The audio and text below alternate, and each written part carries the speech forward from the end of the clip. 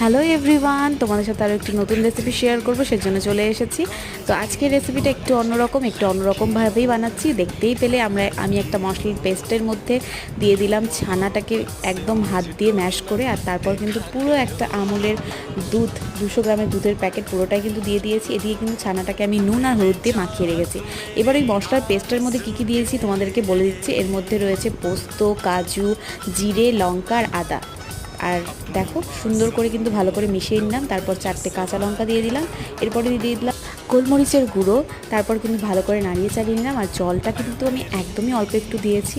আর সুন্দর করে কিন্তু এটা হয়ে গিয়েছে। তারপরে আমি নামানোর আগে এর মধ্যে দিয়ে দিলাম ঘি। ব্যাস, আমাদের কিন্তু সুন্দর করে দুধ পনিরটা রেডি।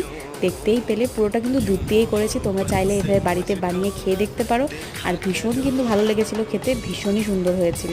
দেখতেই পেলে যে কতটা থিকনেস হয়েছে। চলো টাটা।